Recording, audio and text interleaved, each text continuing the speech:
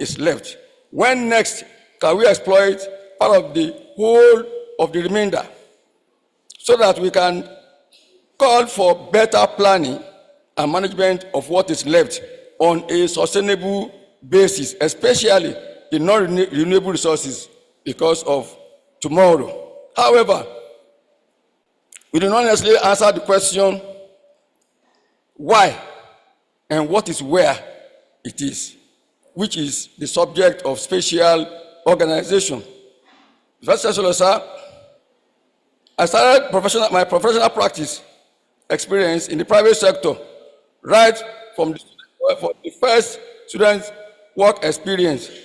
I thank you for already given the summary, so I will not go into that again so as to gain a little time.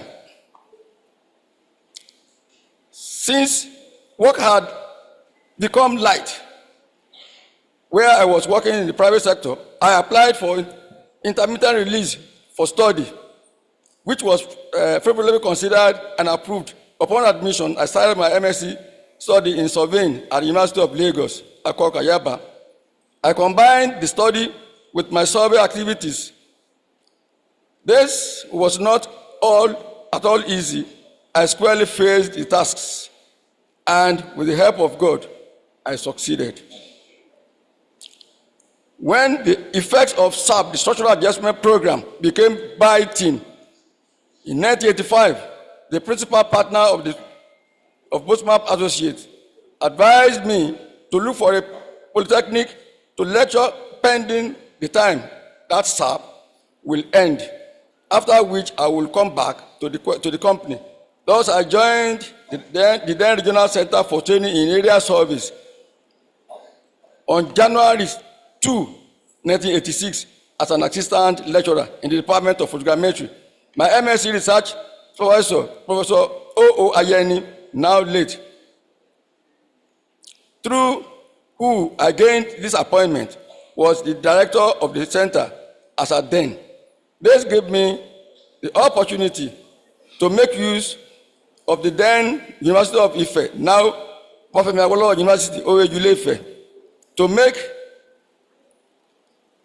a computer center to complete the development and execution of my computer program, which was structured Fortran 77 of the MSc Research in Analytical Relative Orientation, ARO, for geodetic control establishment by triangulation adjustment computations. My experience in the public sector, thank you, the Vice Chancellor, again. You have paraphrased this, and I will not need to repeat that so as to gain time. But I would like to mention that in view of the advancements in science and technology, the objectives of the center was modified in 2000 as follows. 1, to provide theoretical and practical training in the field of geoinformatics, integrating photogrammetry, remote sensing, geographics, land information systems, GIS, ILS, cartography, and airborne geophysical service. And 2, to conduct seminars, workshops, and short-term courses with a view to providing an opportunity for dissemination of information in the field of geoinformatics. 3, to promote studies and research in the field of geoinformatics. And 4, to provide advisory and consultancy services upon request on geoinformatics matters, including instrument maintenance for governments, including their agencies of the member states of the Economic Commission for Africa, and to other surveying and mapping organizations in the region. In 2017, the Governing Council of the Center deemed it necessary to change the name of the center, that's Rectors, to African Regional Institute for Geospatial Information Science and Technology, AFRIGIST, in line with the expansions of its scope and objectives, and in accordance with the latest scientific and technological developments. On manpower development, AFRIGIST is an institution that trains highly skilled manpower in geospatial information science and technology, and its applications, as of 2000, it was comprised of 2 major divisions, namely the Academic and Research Division, that's the equivalent of a faculty in the university, and the Administration, Finance, and Common Services Division. The Academic Board was the equivalent of the Senate in the university system. The Academic and Research Division is comprised of the following departments and units, headed by the Dean of Academics, DOA. One, the Department of Photogrammetry and Remote Sensing, Digital Cartography Department, Cartography, Geographic Information Systems Department, the Library Information and Publications Unit, Information Communication Technology ICT Unit. Each department was responsible to its head, who is also responsible to the Dean of Academics. The position I held between 2003 and 2007. Manpower development was a primary objective of the institute, capacity building, and so on and so forth.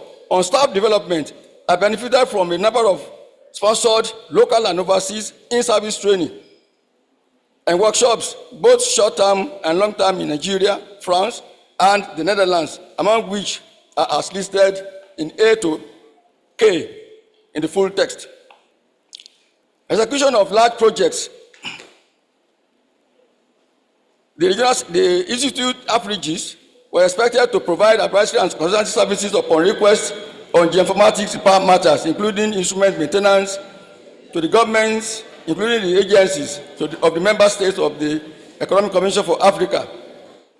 In this wise, the offshore GPS location of 11 oil wells and existing platform locations for Mobile Oil Producing Nigeria Limited, Kwa Ibo Terminal, QIT, Eket, Akwa Ibom State, Nigeria, Figure 3, and the topographic mapping of the one in 5,000 scale of Olokola deep sea port and export processing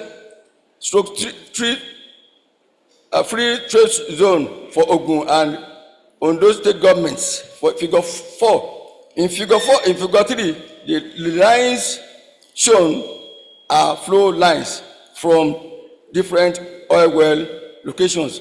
The Olokola project is singled out here because of its popularity in Afrigis till today. It was the project with the highest profit margin at the time, and all the staff members benefited by it. Figures 4 and 5 show two of the selected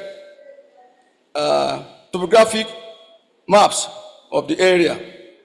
It was at this hectic time that Professor Joseph Olukoyi was employed as a lecturer in Afrigis on educational training and research achievement. In 2004, the MSc training was started in collaboration with the Federal University of Technology, Akure, Nigeria, for the Anglophone students admitted from the English-speaking African countries, and the Université d'Abomey Calavi, UAC, Calavi, République du Benin, for the Francophone students admitted from the French-speaking African countries, following keen competitions in each academic session. The research work. My research work started in 1987 after a year of my appointment as an assistant lecturer in photogrammetry in the then Regional Center for Training in Area Service, RECTAS. RECTAS was then training students at the photogrammetric operation, instrument operators and technicians, that's OND equivalent levels. Effort is here made to present the research work in a chronological order to enable us have a perspective view of the progress of the research and activities till the present date. The first, application of low altitude photogrammetry for population estimation. The formula has been given that as seen in equation 1. So that formula for a particular urban area, we can estimate the population. Then the second was automatic classification and compilation of thematic map. In 1989, a study of some textile operators on digital panchromatic spot image for automatic classification and compilation of thematic maps was carried out and presented at the 7th United Nations Regional Cartographic Conference for Africa held in Ouagadougou, Burkina Faso between September 6 and 11, 1989. The paper was for my diplôme d'études supérieures spécialisées dissertation carried out at the Institut Géographique National, that's Paris, France. This was the beginning of the era of artificial intelligence research around the globe at that time. Figure 7 shows the flowchart of the methodology, while table 2 shows the texture operators used. Multi-mode image combination for improved information extraction. That was carried out in 1993. The polynomial transformation shown in equation 2 was used. This equation is of the form we refer to as method of observation equations, in which we express the adjusted observations as a function of the adjusted unknown parameters. The solution of such equation following algebraic manipulations, which is given in equation 4. I will not bother much about that.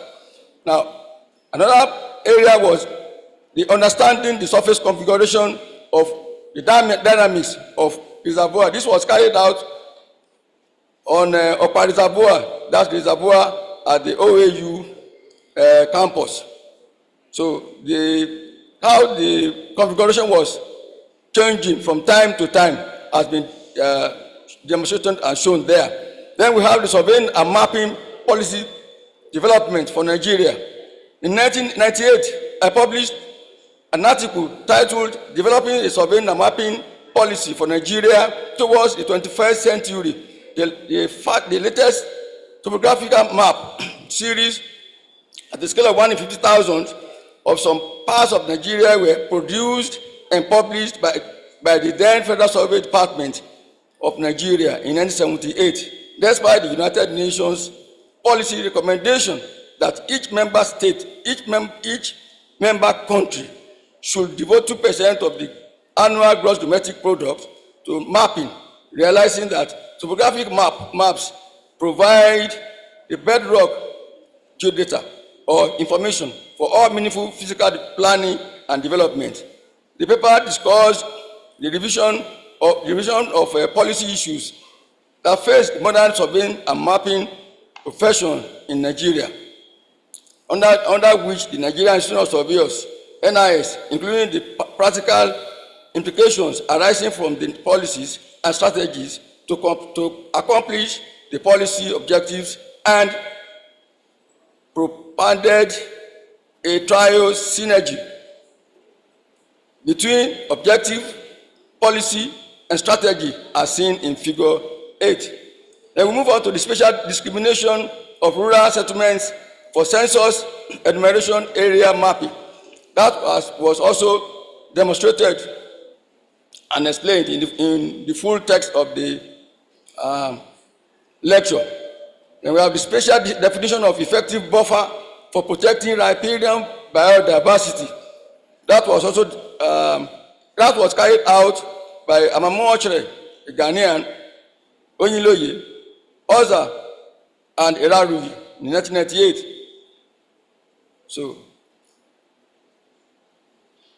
they carried out the topographic soil hydrologic and land cover data layering for querying in spatial definition of effective buffer for protecting riparian biodiversity.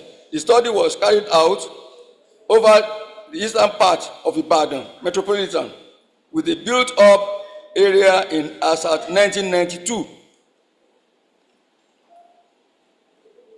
over an area of 162 kilometers square and a population of over 3 billion. Then the paper concluded that there must be a preventive way of protecting the valuable yet highly scientific highly sensitive plants and animals within the riparian vegetation. Then we have the detection of forest incursion in southwestern Nigeria. Detection of forest incursion in southwestern Nigeria from a combination of multi-date area photographs between 1963 and 1973 and high resolution of satellite image of 1986 was carried out in a forest reserve by Salami, Ekwande, and Oyinloye in 1999. The study became important due to the high rate of deforestation going on in the forest reserves all over Nigeria. The Yoruba Forest Reserve was selected for the investigation. In 1963, 86% of the study area was under mature forest reserve. But the trend of deforestation continued, and that at this time, this trend continued as the nature of the forest reserve and exotic plantation reduced to 66.15% in 1986. On the other hand, agroforestry continued to take more and more of the total surface area, reaching an annual growth rate of 16.42% between 1963 and 1986. Then move on to the establishment of topographic database for base maps of Nigeria. Nigeria has not been able to revise or update the entire topographic maps of the country since 1978, when the last series at scaling 150,000 were published due to the unavailability of topographic database for the base maps. An attempt was made to create the awareness in 2002 at the Nigerian Institute of Surveyors annual general meeting and conference workshop held in Owerri, Imo State. The author proposed a number of approaches to establishing such topographic database. One, we have the firefighting approach, we have the trial and dissemination approach, also the Big Bang approach. All these were fully defined in the text, in the full text. Then we also have the phased introduction approach and the parallel running approach. Now, towards protecting the agricultural lands in southwestern Nigeria, Oyinloye and Zio in 2004 examined an area near Efualaye and made some recommendations as to protecting the agricultural areas in southwestern Nigeria. Now we have the need for capacity building in geoinformatics in Africa. In ASE, that's African Regional Remote Sensing of the Environment, I presented the geoinformatics programs at the African Association of Remote Sensing of the Environment, ASE, international conference held in Nairobi, Kenya, that year. The paper highlighted the need for capacity building in geoinformatics in Africa. Then we also have the application of first set of data from the Nigeria Sat1 for monitoring and mapping of urban growth. Oyinloye, Mbai, and Olubode in 2004 carried out an application of the first set of data from Nigeria Sat1 together with Landsat thematic mapper data for monitoring and mapping of urban growth in Osogbo, Ile-Ife, and Ilesha, the three major towns in Osun State. Figure 11 shows the flowchart of the methodology for monitoring the urban growth, and figure 12 depicts the methodology for a flowchart for the fire scar mapping in conjunction with MODIS and NOAA data sets for comparison. Table 4 shows the results and analysis of the urban growth of Ilesha, Ile-Ife, and Osogbo. Figure 13 shows the result of the parallelepiped classification of Nigeria Sat1 data, Bauchi State. Then we move on to the growth of Ibadan and the implications of socio-economic development. Oyinloye and Adesina in 2006 looked at some aspects of the growth of Ibadan and the implications for socio-economic development.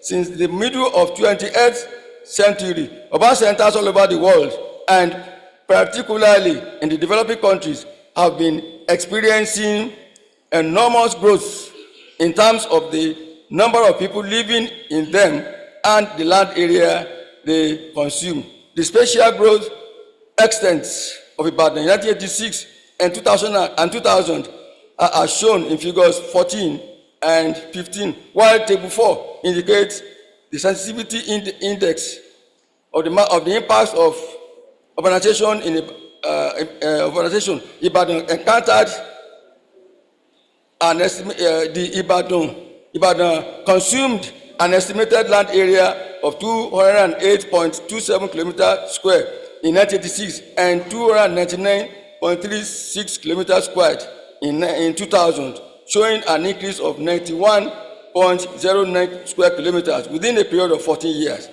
As at 2010, the estimated land surface area occupied by Ibadan was 398.42 square kilometers. The growth of Ibadan, as depicted in this study, is in no doubt disturbing to the environmentalists.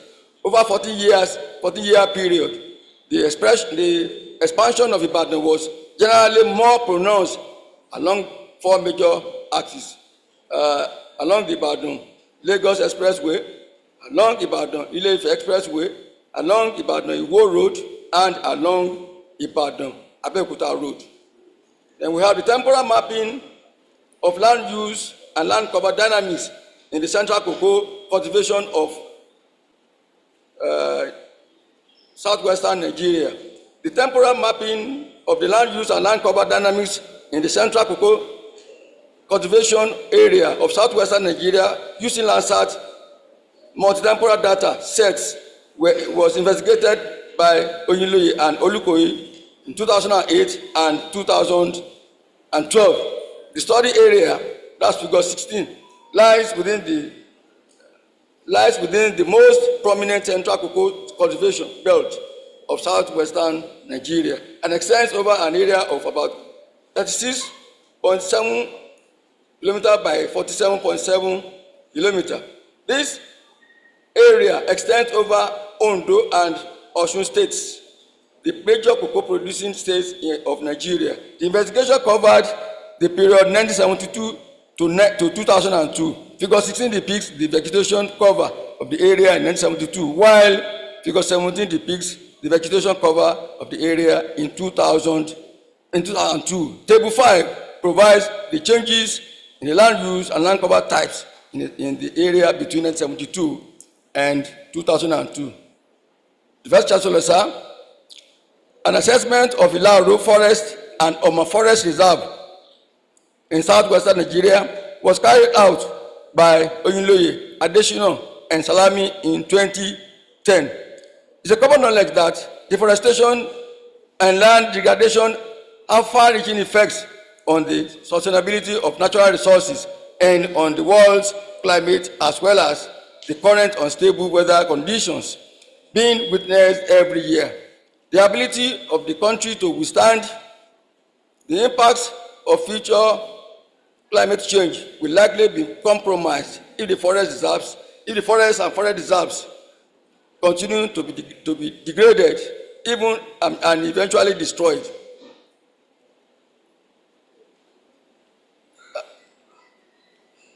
The methods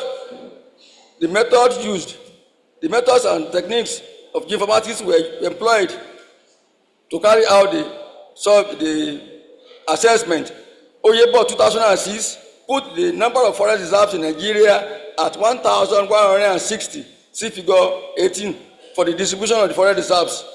A reliable information added that the first set of forest reserves were established in 1899 in southwestern Nigeria and southeastern Nigeria, and then in 1916 in the northern part of Nigeria.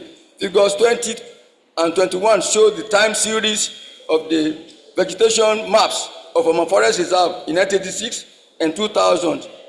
The vegetation change the vegetation change maps of Ilaro Forest, the forest reserve, are not shown here due to space limitation.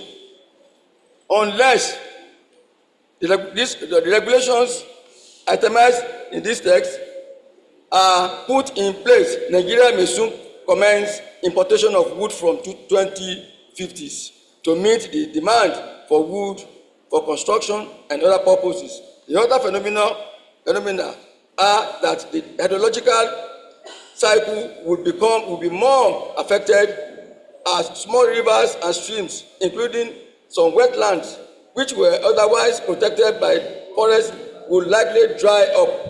This desertification will force its way close to the coast. Flood incidents will rise, and more will become more land will become exposed to heat and serious erosion, increased carbon concentration in the atmosphere, full loss of habitat for fauna, climate change, and associated outbreak of epidemics. To mention but a few are the associated disasters to the issue. In essence, the ecological, economic protection, as well as the climate stability functions of forests will be impaired. It should be noted that humans are the most endangered species to suffer the impacts. The spatial mapping of wetlands and potential in Ilesha, southwestern Nigeria, Oyinloye, Oyinloye and Suma carried out the study in 2009. The full text and description are given in the body of the text, the lecture. Now, we have crime mapping in Saki West local government area, Oyo State, Nigeria. Now, in Nigeria, official crime statistics are often published in the form of number of incidents and crime rates. The number of occurrences of recorded offenses is used as an indicator of a particular type of offense. Igbe, Aloba, and Oyinloye, Igbe, Aloba, Oyinloye, and Aboyeji in 2009 carried out a spatial analysis of crime occurrences in Saki West local government area for Oyo State, southwestern Nigeria. The study used choropleth mapping method in GIS environment to aggregate crime incidents and from police records into geographic areas for generating a crime mapping, which those area units are shaded based on the number of crime incidents within the local government area, as shown in figure 24. Then we have analysis of landscape and vegetation fragmentation in central Benin Republic, that is in Republic of Benin, where Olukoyi, Husu, and Oyinloye in 2011 took a look at the landscape and vegetation fragmentation in the central region of the Republic of Benin. This is very important because after water, which covers between 70 to 75% of the earth's surface, the next largest theme that covers about 20% is vegetation. And it has multifaceted roles and functions to perform. Then we have the paradoxical effects of urbanization in developing countries, using Ibadan city solid waste pollution as a case study. Urban centers in Nigeria suffer from various pollutions ranging from land, air, and water pollution from various sources such as industrial, commercial, and human-induced sources. Oyinloye and additional examined the paradoxical effects of urbanization in developing countries using Ibadan city solid waste pollution as a case study. The study is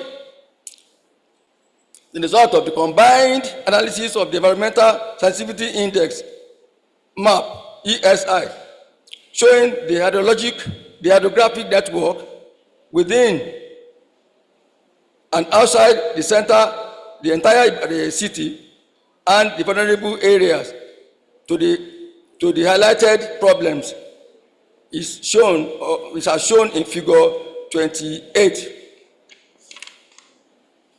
The Vice Chancellor, sir, please permit me to mention further some other areas of research. Geospatial processing, interpretation, and mapping of geological lineament. We don't know that surveying extends beyond what we know.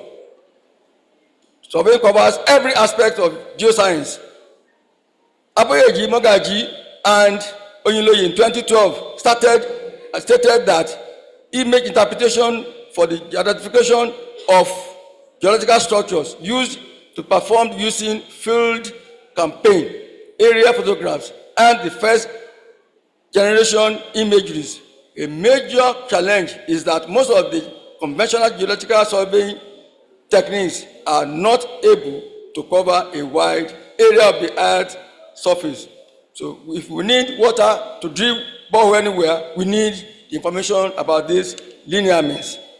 I will not go further than that area. Then problems and innovative solutions for tropical coast mapping. This concerns the Olokola project, which I earlier mentioned.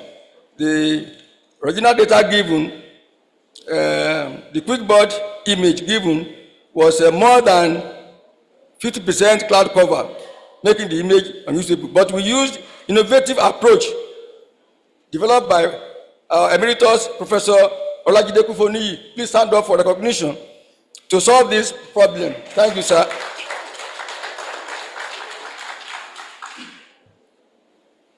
Further details are in the text. Then we have geospatial assessment and monitoring of urban expansion of Ogbomoso, southwestern Nigeria. The interesting thing is that the southwest states or towns or cities are experiencing urbanization, and we know that it's a continuous process. Until today, it continues to experience urbanization. So, Ogbomoso was looked at, but we found out that despite the fact that we have looked at Osogbo, Ile-Ife, and Ilesha in Osun State, Ogbomoso also exhibited a similar factors that are the drivers of this phenomenon we refer to as urbanization. But there are some differences in them. That is why they needed to be studied globally and individually. The study made use of Landsat imageries of 1990, 2000, and Nigeria Sat-1 imagery of 2007. It is sufficient to measure that using the mathematical expression for compound interest, the aggregate rate, the average rate of urban expansion of Ogbomoso was found to be vividly high with a value of 8.92%. No wonder most of the urban centers do not have the necessary infrastructure in place. No water, no electricity, because all the expansion is by far more than the government can cope with. Geovisualization of special analysis of environmental impacts of the post-10-year communal conflicts between Ile-Ife and Modakeke, Suma, Agbo, and Oyinloye in 2013 carried out the analysis of the communal clash. The study made use of Landsat data of 1991, Landsat ETM plus data of 2002, QuickBird data of 2009, and GPS coordinates of points of interest and direct interview of individuals met in the area during field observations. From the experience, it could be established that geovisualizing environmental impacts and assessing the dynamics of urban growth so that the timely action can be taken to control and coordinate urban sprawl. Further, we carried out an assessment of the pool between land use and land cover in southwestern Nigeria and the ensuing environmental impacts. Oyinloye and Olukoyi 2013 carried out an assessment of the pool between land use and land cover in southwestern Nigeria and the ensuing environmental impacts. While many experts see the two terms as meaning the same thing, many others of the opinion that the two terms mean different things. For the purpose of this study, an attempt has been made to distinguish between the two terminologies. Land cover has been defined there, and land use has also been defined. The major land use characteristics of southwestern Nigeria have been identified. It has been established that land use change in the study area is unstoppable, while there is a mounting pressure on the vegetation resources through agricultural development, increasing demand for the wood-based industries, construction firms, and similar organizations. There is increasing and pressing demand supply for modern infrastructural facilities. Nigeria is a developing country with a stock of significant natural resources. The forest reserves of southwestern Nigeria have been found to be decreasing at an average rate of 2.55% per year, Oyinloye 2008, while urban expansion is taking place at an average rate of 2.9% per year, Oyinloye 2003. Also, we went further to study the geographical analysis of the patterns of health care facilities and HIV/AIDS response sites in Benue State. Do not be surprised that surveying is also extended to this geoscience study. We have mentioned that we want to know what is happening, and so on and so forth. We had to map this out. The study was carried out by Babatimehin, Nelson, Oyinloye, Adeoye, Taiwo, and Ige in 2015. We have geospatial assessment of urban encroachment on river banks and wetlands in Ile-Ife, southwestern Nigeria. This phenomenon is not peculiar to Ile-Ife alone. It is peculiar to all the urban centers in southwestern Nigeria. We do not give recognition to the river banks, wetlands within the urban setting, and therefore we suffer flood disaster every now and then. We suffer roadblock every now and then. There's no way to create bus stops along our roads. There's no place to pass cables and pipes for water supply, and so on and so forth. Then we went further to assess the biomass accumulation potential of two exotic tree species in Nigeria: Tectona grandis, that's teak, and then Melana arborea in Oluwa Forest Reserve. The results are shown in the text, but it is sufficient to mention here that storage potential of, that's as a result of the study, storage potential of Melana arborea between ages 11 and 15 years are 136.21 tons per hectare and 184.59 tons per hectare, respectively, while for Tectona grandis, ages 15 and 20 years, 277.11 tons per hectare and 183.98 tons per hectare were stored, respectively. Therefore, under the Clean Development Mechanism and its Kyoto Protocol on sustainability and reduction of the amount of carbon dioxide being released into the atmosphere, the two exotic tree species are reliable. The Vice Chancellor, sir, we looked at the geospatial monitoring of the dynamics of urban expansion in southwestern Nigeria as a whole. We picked a few important towns. This was carried out by Oyinloye and Tohozin. Oyinloye is from Nigeria, while Tohozin is from Republic of Benin.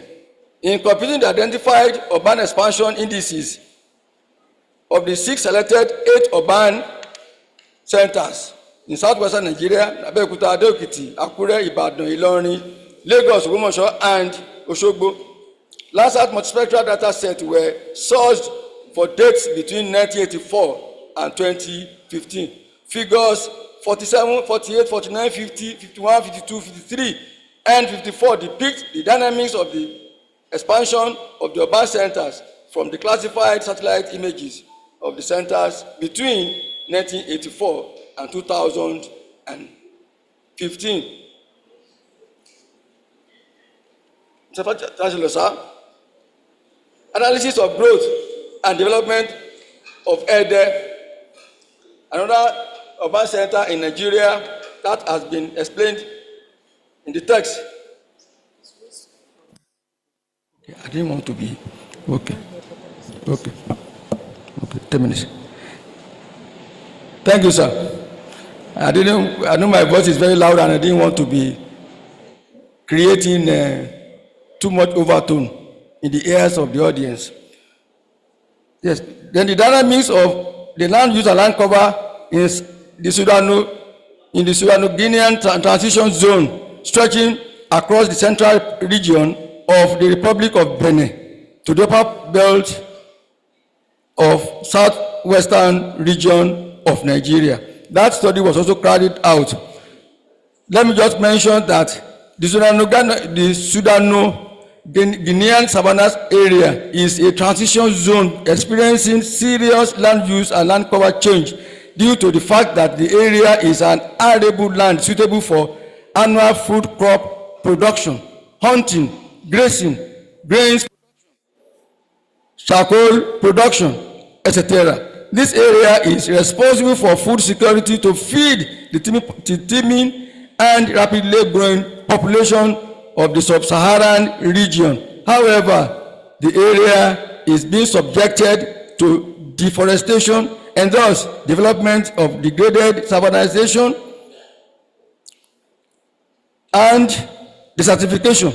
This caught the attention of Olukoyi Oyinloye, Toko Muhammadu, and Johnson in 2023 to look into the dynamics of the land use and land cover in the Sudano-Guinean transition zone stretching across the central region of the Republic of Benin to the upper part of the southwestern region of Nigeria. An area covering approximately 1,600 kilometers by 2,300 kilometers. It is sufficient to mention that figures 58, 59, 60, 61, and 62 present a pictorial view of the progressive vegetation degradation suffered by the studies zone between 1972 and 2023. The thematic maps produced for each period of time present the visual perception and detection of the dynamic modes of the land use and land cover transition of the Sudano-Guinean belt. Now, the profile of the geographic and socio-economic transition of the Sudano-Guinean zone was also examined by Toko Muhammadu, a Beninois, Oyinloye, a Nigerian, and Oguwale, a Beninois. Figures 63, 64, 65, and 66 present the map descriptions and some pictorial illustrations. That's plates 2, 3, 4, 5 up to plate 8 of the phenomena of the Sudano-Guinean zone across West Africa in general, but in the study area in particular. The Vice Chancellor, sir, let me go to the last aspect of the presentation of the lecture, and that has to do with consultancy services, which is one of the mandatory areas of AFRIGIS. I was involved in the establishment of AFREP core station. That's the AFREP is African Reference Frame, continuously operating reference station. We call it station, that is tautology. This is to bring mapping to a common origin so that we have uniformity across Africa. Then we have the data transfer from computer compatible tape to compact disk as at that time. This was followed by Anyagba Ankpa land use and land cover mapping of the high voltage tension line and right of way. Then also the conversion of topographic map to digital format, which was missing initially. Then we have the Ibadan Municipal Planning Authority mapping project. We carried out and we produced two series of map. We have the one in 50,000 series and then one in 25,000 series. Then we have the BDX oil well project. This was to locate oil wells under Atlantic Ocean, south of Cross River State. I mentioned that briefly. I and a colleague of mine, younger colleague of mine, Mr. Oza, took that, carried out that project. We spent 3 days and 2 nights on water without seeing the land. It was better experience. It was not a good experience. Then we have the local government area mapping of Osun State. We did that for Osun State. Then we have the oil mining license project that we carried out also. Then we have the local free trade zone, which has been mentioned. Then we have the training workshops severally within Nigeria and West Africa in particular, in general. Then my achievements so far, my vision is to reproduce 2 or 3 of myself before I quit the stage of academics. This has been achieved in the public and private sectors, but not yet in the academics. This touches my soul. This has not yet been achieved. Most of my students who have passed out so far have not shown such interest in academics. Their slogan has been, "Money is the in thing." Money is the in thing. This notwithstanding, I have succeeded in participating in producing a number of surveyors general in Nigeria and outside Nigeria, within the West African states. I am honored to mention from home, because charity begins at home. Surveyor Adesoji Adeoye, he was here, I don't know, okay, that he is the current Surveyor General of Oyo State. Thank you, please sit down. The immediate retired Surveyor General of the Federation, that's Nigeria now, Surveyor Taiwo, was also passed through me. And I am glad to mention that the current Surveyor General of the Federation, Surveyor Ganiyu Adebomeyi, also was my former student.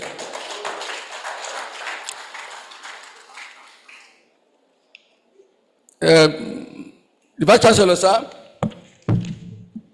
I am deeply sorrowed because these are professional practice. These are professional practice is gaining ground more than we have in academics. If care is not taken in the next few years or decades, you will not find lecturers in surveying and geoinformatics. And the importance of this to national development cannot be overemphasized. In conclusion, sir, let me make a statement and I'll conclude. A good understanding of the land cover of our planet is essential for the improvement of the management of the earth resources, agricultural production, to feed the rapidly growing population, and to efficiently use the rare natural resources and protect the environment. That's quoting John Latham of the FAO. Let me conclude that you should please kindly to make these recommendations. 1. Seek geoinformation from surveyors before you invest on land because of tomorrow. Secondly, do not sell or mortgage your entire family lands, but get them surveyed and properly documented because of. Build up and empower yourself in academics because of. Empower your children because of.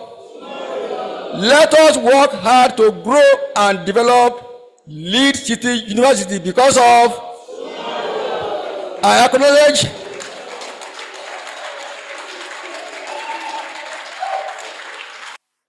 Sir, I acknowledge you, members of the high table, my chairman, sir, the fellows, honorable members, ladies and gentlemen. I have no time to present the acknowledgement, but please go through them because my time is up. I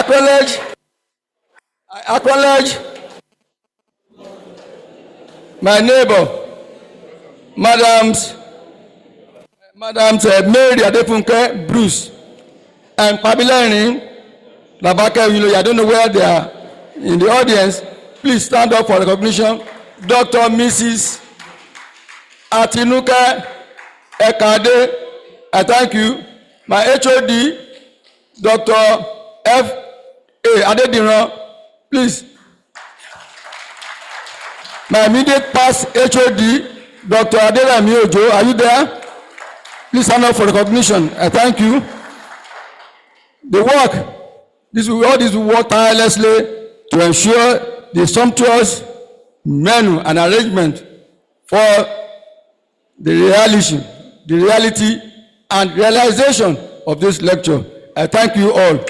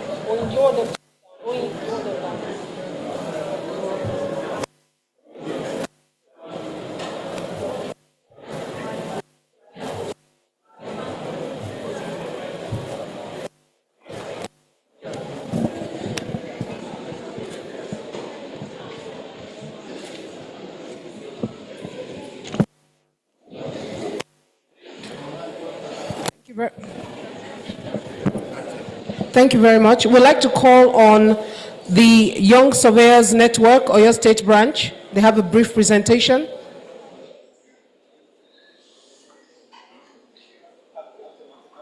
All right, we'll take the anthem right away then, please. The anthems.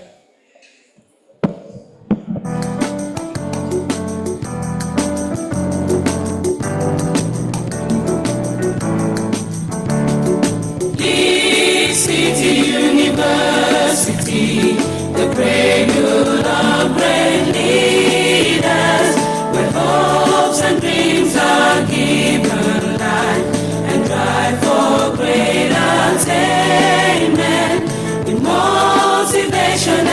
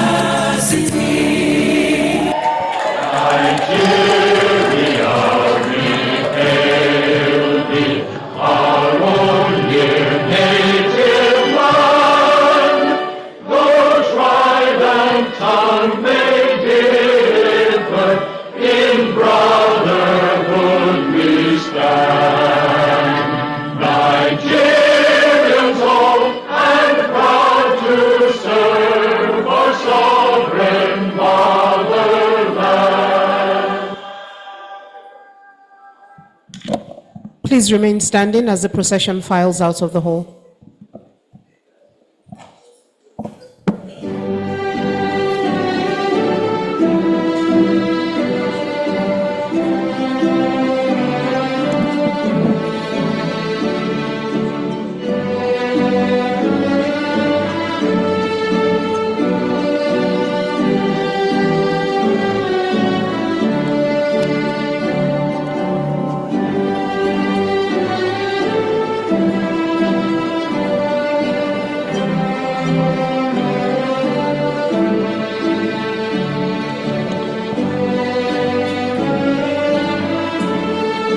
Thank you very much, ladies and gentlemen.